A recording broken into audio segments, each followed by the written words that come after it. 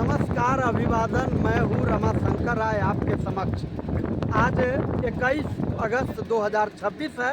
अभी हम वर्तमान में थाना क्षेत्र अहियापुर, जिला मुजफ्फरपुर, राज्य बिहार के मोहल्ला ग्राम सभाटी से बोल रहा हूँ। यहाँ पर रामचंद्र राय, दिवंगत रामचंद्र राय जी के श्रद्धांजलि सभा में सैकड़ों लोग आए हैं उपस्थित होने के लिए। हम भी उसमें शामिल हैं और इसी श्रद्धांजलि सभा के अवसर पर जनहित अभियान के जो राष्ट्रीय संयोजक हैं उन्होंने भी यहाँ श्रद्धांजलि देने के लिए आए हैं।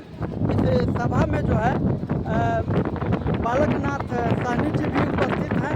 आपको बता दें, पूर्व डीडीओ सोनेलाल पासवान जी हैं, सापी राय जी हैं, वीके रंजन जी हैं, रविंद्र कुमार यादव जी हैं, आप आलोक कुमार यादव हैं, आप कॉमरेड दीप नारायण यादव हैं, दिलीप कुमार राय जी हैं। आप यहाँ पर मुख्य बात जो है कि जातीय जनगणना भारत में नोटिफिकेशन 15 अगस्त 2026 को हुआ है माननीय गृह मंत्री अमित शाह जी के द्वारा। शुरू से लगातार केंद्रीय सरकार और विपक्ष के नेता राहुल गांधी जी भी इस मांग को उठाएं, लेकिन बड़ी चालाकी से ओबीसी का जो कैटेगरी ओबीसी कॉलम है गायब कर दिया गया है और ओबीसी के जो मुख्य जाति है उसका भी 2 कॉलम छोड़ दिया गया है। यानी कि पिछले बार जो कांग्रेस की सरकार में जातीय जनगणना के नाम पर 5,000 करोड़ रुपया निकला था, गोबर गुं हो गया था, उस बात की पूरी यहाँ संभावना हो गई है और इसको ओबीसी के लोगों में काफ़ी आक्रोश है। देश लेवल पर इसकी चर्चा है।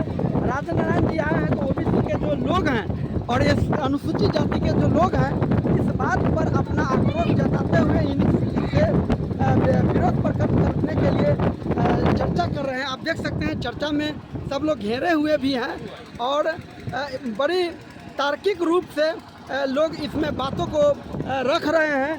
आप जो हैं ब्रिजलाल यादव जी हैं, चलिए बात कर लेते हैं ओबीसी का कॉलम क्यों केंद्रीय सरकार इस जातीय जनगणना में छोड़ रहे हैं और जनहित अभियान के जो राष्ट्रीय नेता हैं, संयोजक हैं, उनका इसमें तो 2 दशक से ज़्यादा कीमती समय लगा है। उनका क्या कहना है, सीधे आइए उन्हीं से बात समझ लेते हैं। राजनारायण जी, ये जो जातीय जनगणना हो रही है उस पर ओबीसी का कॉलम छोड़ दिया गया, लोगों में काफ़ी आक्रोश है, इस पर आप क्या कहना चाहेंगे? देखिए, बड़ी दुर्भाग्य की बात है कि हम जिन प्रतिनिधियों को समाज से चुनकर भेजते हैं उनको बड़ी मजबूती से इसको पार्लियामेंट में खड़ा करना चाहिए था। कि कांग्रेस हो या भाजपा हो, कभी जातीय जनगणना के पक्षधर ईमानदारी से नहीं रही है। जो 2010 में पार्लियामेंट में शरद जी की अध्यक्षता में जो कार्यक्रम पार्लियामेंट में डिबेट का हिस्सा बना था, जो डिबेट बना था और उसके बाद जो निर्णय हुई थी, उस निर्णय को कांग्रेस और बीजेपी ने मिलकर डिलीट कर दिया था। उस समय भी जातियों के आंकड़ों को इकट्ठा करने का खेल गलत तरीके से अपनाया गया और बाद में पता लगा कि उस डेटा में इतनी गलतियां हो गई हैं कि डेटा आज तक सुधार नहीं हो सकी। क्या वही गलतियां इस जातीय जनगणना में 2027 में होने जा रहा? अब आज केंद्र में भाजपा की सरकार है, उस समय भाजपा की सरकार 2010 में इसके समर्थन में थी। अभी प्रधानमंत्री हमारे मोदी जी हैं, उनकी पूरी मॉरल रिस्पॉन्सिबिलिटी बन रही है कि इस देश की जनता का टैक्स का पैसा बर्बाद ना हो जाति जनगणना के नाम पर। लेकिन जातियों के आंकड़े इकट्ठे करने के लिए पूरी पारदर्शी तरीके को अपनाना चाहिए और जातियों के कॉलम को जिस तरह से 2010 में पार्लियामेंट में जो जनहित अभियान के सहयोग से हमारे माननीय सांसदों ने जो पार्लियामेंट में उस समय के गृह मंत्री को दिया गया था, उस फॉर्मेट को प्रधानमंत्री जी को निकलवाना चाहिए था और उसी फॉर्मेट के आधार पर देश में जाति जनगणना की कवायद करनी चाहिए थी। तब जाति जनगणना का सही मकसद पूरा होगा। सही मकसद तब पूरा होता जो पिछली गलतियां हुई थी उसको ठीक करके इसमें देना चाहिए था। साफ क्लियर है कि भारतीय जनता पार्टी हो या कांग्रेस पार्टी हो या भाजपा के समर्थित ओबीसी एससी एसटी के जो पार्टियां हैं सब लोग दबकी लाद दिए हैं। आइए बालकनाथ साहनी जी क्या इस पर कहते हैं। बालकनाथ साहनी जी, इस कॉलम में ओबीसी को छोड़ दिया गया है, क्या कहना चाहेंगे? देखिए, जो वर्तमान की राजनीति है देश की वो उथल पुथल है। अभी हमारे जनहित अभियान राष्ट्रीय संयोजक महोदय ने कहा कि सदन में जो पहले जाते थे लोग वो सामाजिक चर्चाएं होती थी। अब सदन में जो लोग जा रहे हैं वो दल के गुलाम जा रहे हैं। वो भारतीय जनता पार्टी से जाएं, राष्ट्रीय जनता दल से जाएं या किसी भी दल से जो जा रहे हैं वो दल के गुलाम जा रहे हैं। बहन जी से जब एक बार मैं मिलने गया था, बहन जी ने कहा था कि नीति का निर्धारण राष्ट्रीय पार्टियां और क्षेत्रीय पार्टियों के जो पदाधिकारी हैं वो करते हैं नीति का निर्धारण। ये तो सबके सब गुलाम हो चुके हैं, तो गुलाम सदन में जाकर के आपकी बात क्यों करेगा? बात ओबीसी की है, ओबीसी कल भी हाशिए पर था, आज भी हाशिए पर है। कल भी हाशिए पर था और आज भी हाशिए पर था।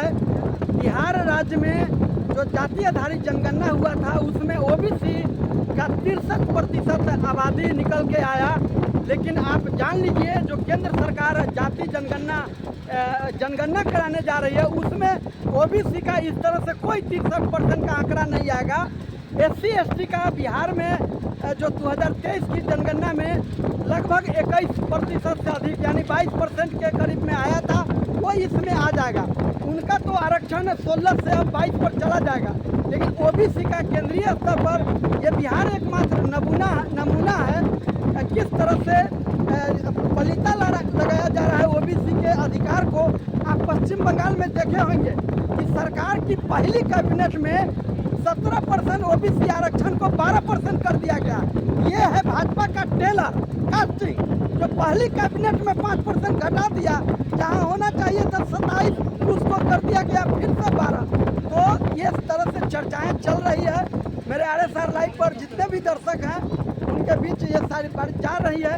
जनहित अभियान हो सकता है उनके जो कार्यकर्ता हैं मुजफ्फरपुर में बिहार में एक बड़ा कार्यक्रम इसके संबंध में करें। इन्हीं शब्दों के साथ मैं रमाशंकर राय, जय विज्ञान जय संविधान जय भारत, इन्हीं के पिताजी के श्रद्धांजलि सभा में हम सब लोग यहाँ उपस्थित हैं। आइए दिवंगत रामचंद्र राय जी को भी आपको दिखलाते हैं। भैया है तो भाई है। ये हैं कॉमरेड रामचंद्र राय जी। मैं भी इन्हें हृदय से पुष्प अर्पित करता हूँ, श्रद्धा सुमन अर्पित करता हूँ और इन्हें नमन करता हूँ। और इन्हीं शब्दों के साथ जय विज्ञान जय संविधान जय भारत, रमाशंकर राय आपके समक्ष आज 21 अगस्त 2026 शहबाजपुर अहियापुर मुजफ्फरपुर बिहार से।